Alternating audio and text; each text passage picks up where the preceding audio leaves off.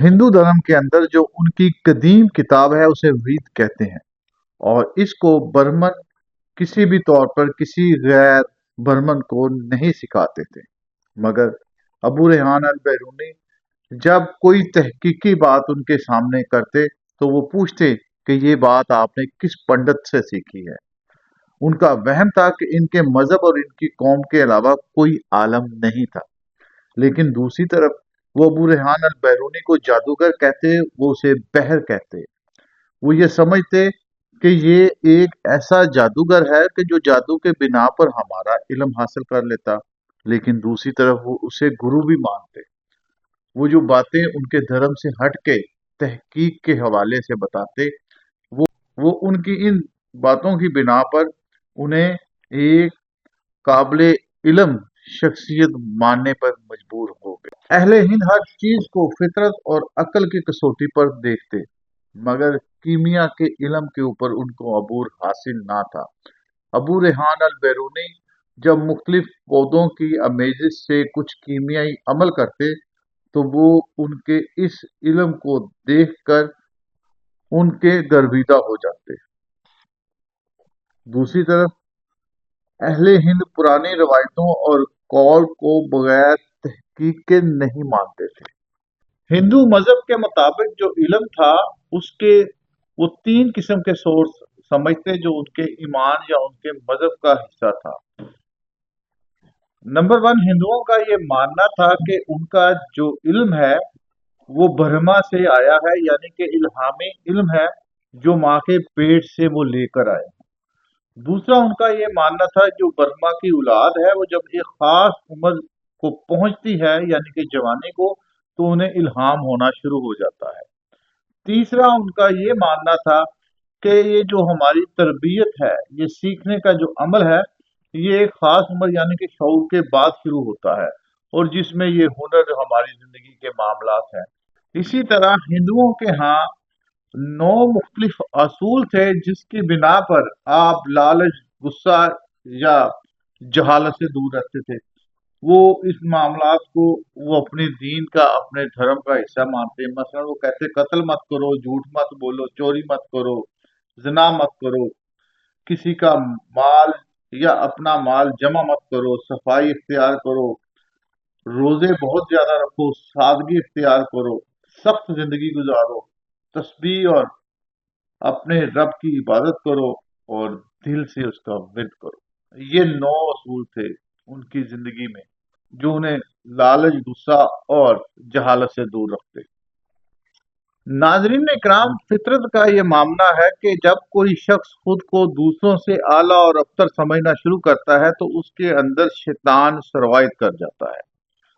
इसी तरह हिंदुओं के यहाँ बहुत सी अजीबो गरीब रसूमात थी जो उनके धर्म का हिस्सा थी, और आज से 1000 साल पहले अबू रेहान अल बैरूनी ने ये तमाम मामलात अपनी किताब में लिख दिए।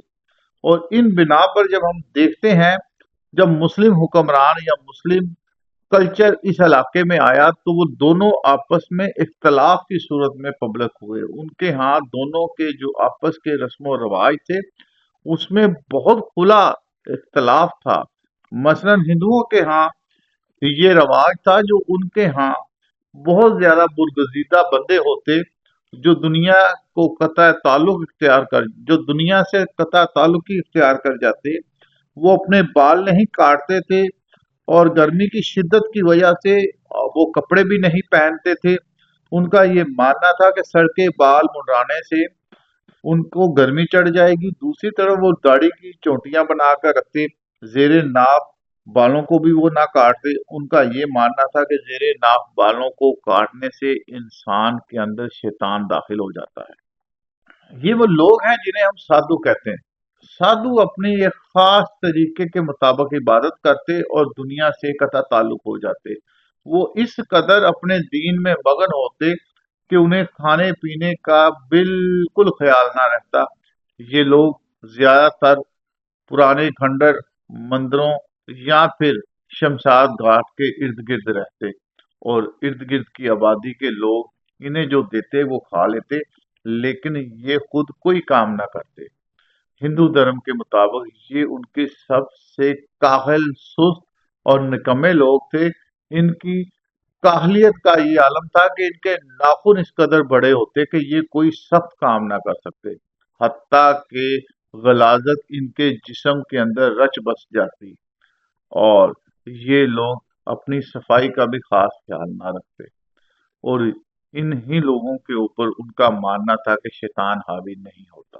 ان لوگوں کا سب سے مشغول جو مشغلہ تھا وہ یہ تھا، یہ اپنے سر سے جوئیں مارتے اور یہ اپنا کھانا گوبر کے دسترخوان پر بیٹھ کر کھاتے.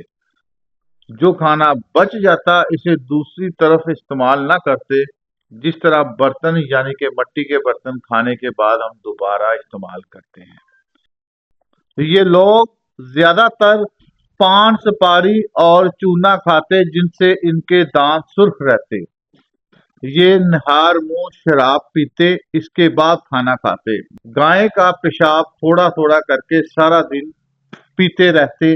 گوشت ان کے لیے حرام تھا، اور یہ اکثر کپڑے نہیں پہنتے تھے.